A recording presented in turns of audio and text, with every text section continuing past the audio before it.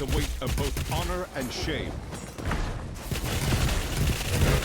Don't worry, we're still making preparations.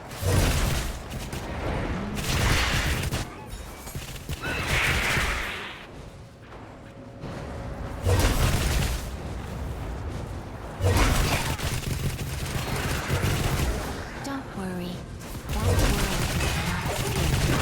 It's just a long time to come this. Don't worry, we're still making preparations.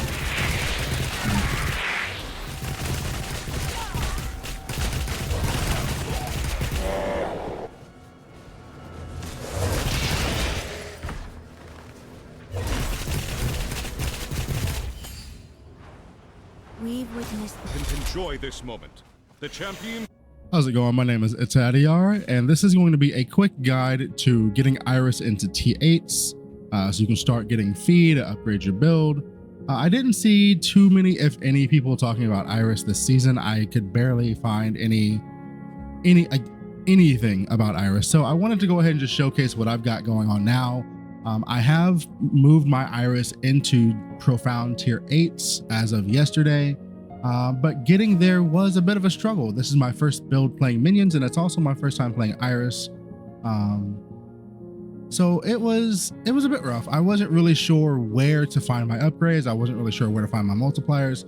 So I'm hoping to alleviate that for you all here in this new landscape that is Torchlight Season 6. So go ahead and follow me for a couple minutes, and I'll go ahead and show you everything you need to know.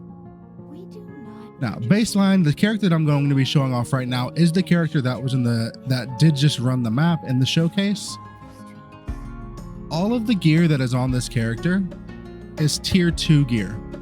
All I did was I went to the auction house, I bought the pieces, and then I just crafted any tier 2 role that would work for the build. I didn't try to target anything specifically, just anything that would work for the build. So flat damage, which is huge for spirits, minion crit, resistances, energy shield. Our skill, the spirit minion that we're using, which is for this build, the Summon Thunder Spirit, is both a dexterity and an intelligence skill, meaning that both of these stats are going to scale our character's damage. Right? So there you go. Enhance the skill to have dexterity as a main stat. For every single point of the main stat that you have, you get 0.5 more damage. So for every 2 dexterity or every 2 intelligence you get 1% more 1% more damage as a multiplier. Since we have both of those tags, both of these will scale it. That's why I have both dexterity and intelligence on the gear. The gear itself is again, it's super simple to make. We have 2 legendary pieces here. They're both basically free. The Fiend Crown you can get for under 5 fee. The Void Embarkment is also, let me go ahead and just pull this up for you so you can see it in real time. Void Embankment, 3, 4, 5 fee. I do want to make sure that you are aware that when you're buying things, look for things with high energy rolls. Pay a couple fee more to guarantee that high energy. I promise you, it has happened to me more than once. I buy a piece without watching the energy, I get it crafted, and then I spend like 2, 3, 4 times the cost of the base item to roll the energy out. Just buy high energy, skip the middleman. Rolling energy is toxic. Don't do it unless you absolutely have to. Now, going a bit further into the gear, on my hero memories, I got rid of all of my normal hero memories, and I'm just running level 1 memories just to show you, as cheap as I can get this character. Just there's barely anything here. Like, we've got like 175 energy shield, tiny bit of crit, 30 intelligence, little bit of crit, little bit of minion crit damage, like 12% attack speed. These are very low numbers. I can show you, for example, so here's my energy shield one, 525 with T2 crit damage, max energy shield, and then more crit damage. And then this one is also rolled. It's got 108 minion damage as a base stat with more minion damage, more crit, more everything, right? So again, very cheap was how I set this build up. going into the slates, I have one slate with +1. You do not need this +1. All you're looking for really is Mighty Guard for the +2 or the in the initial growth for your spirit minions. If you can get, when you come into the auction house, I'll show you exactly how to do this. This is what you're looking for on your pedigree specifically. So what you're gonna do, you're gonna come over here. You're looking for a pedigree of the gods. We're gonna go to an add condition group, and these are the conditions that we're looking for. We're looking for Mighty Guard, or we're looking for isomorphic. These both share a slot on your main hero talents, so you can only pick one in your build. You have to get the other one off of your pedigree. And then what you're gonna do is this right here. The Soul Resort contains any of the condition groups. You click this, you click one.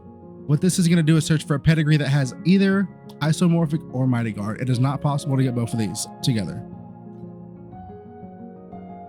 All right, and then you just come in here and you buy the cheapest one you can get.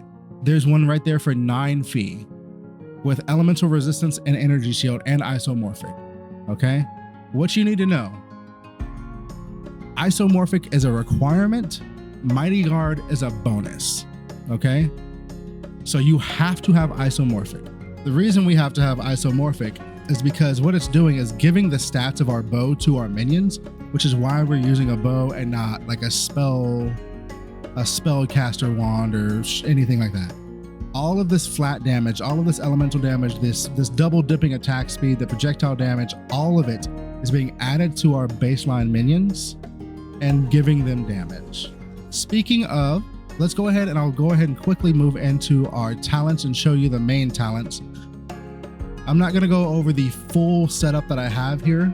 That I will be including the build code in the description, so you can go ahead and look at that.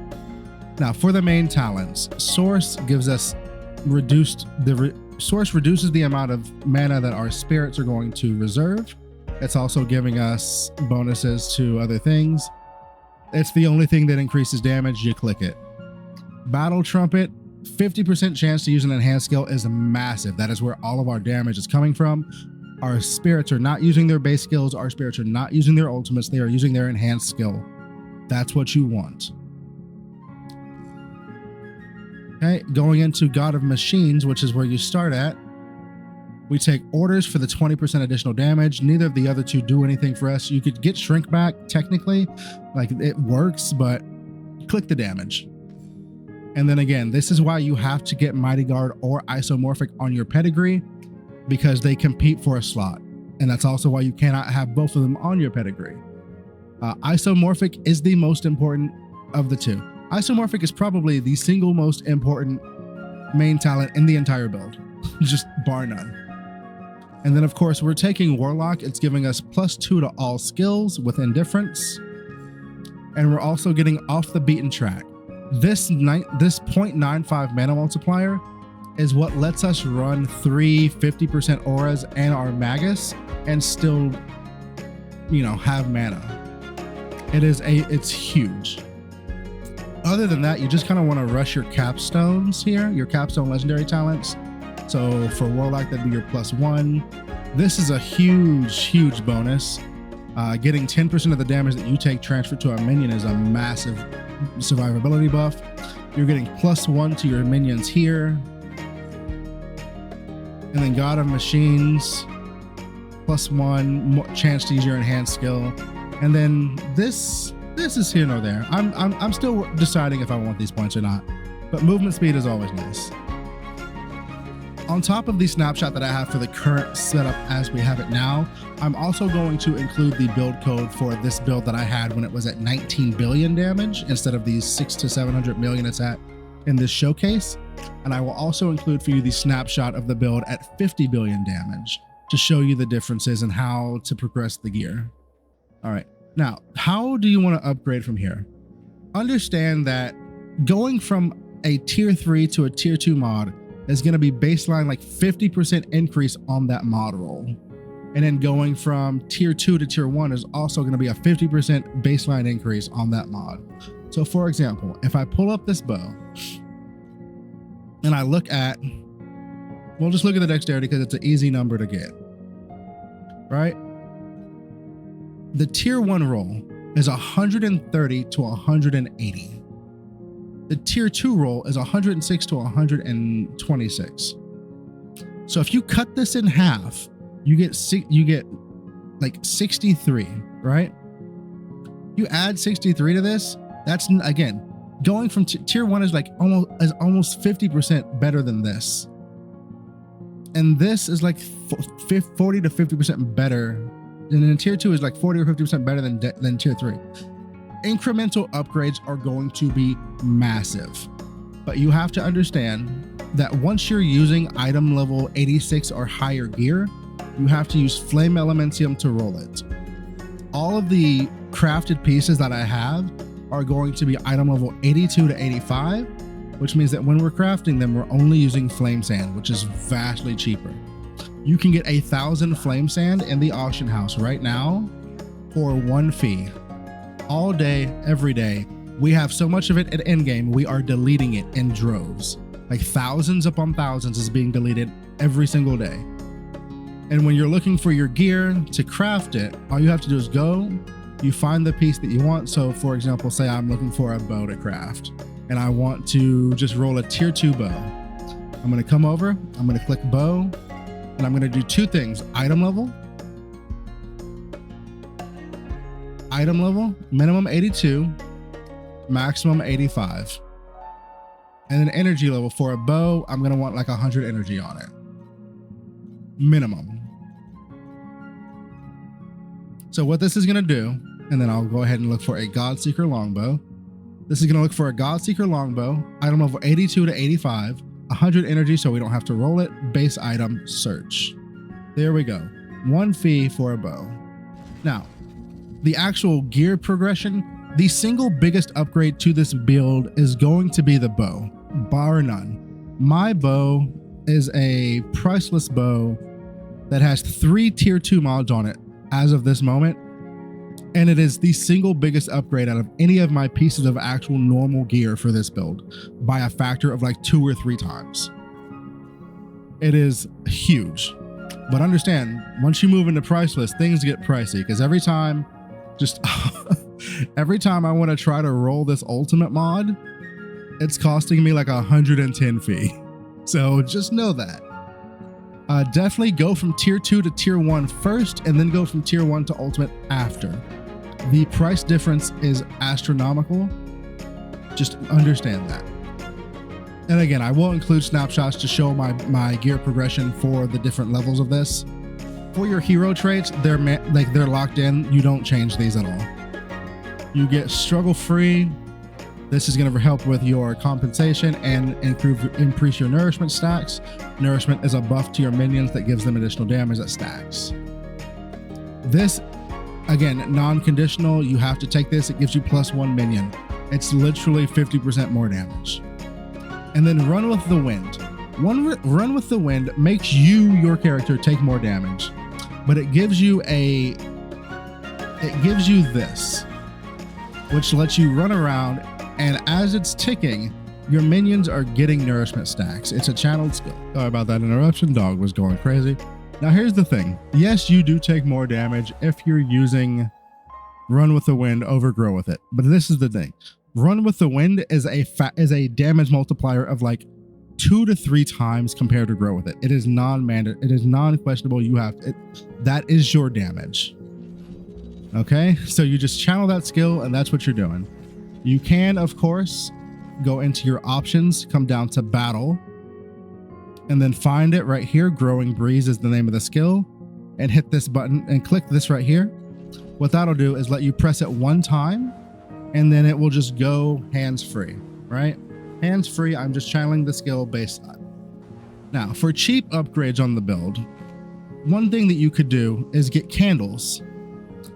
For the later versions of the build, I have moved the skill off of my aura slots, where it is currently on this setup, and I've moved it into my main active skills location so that I can use candles like these that give extra supports to my main skill.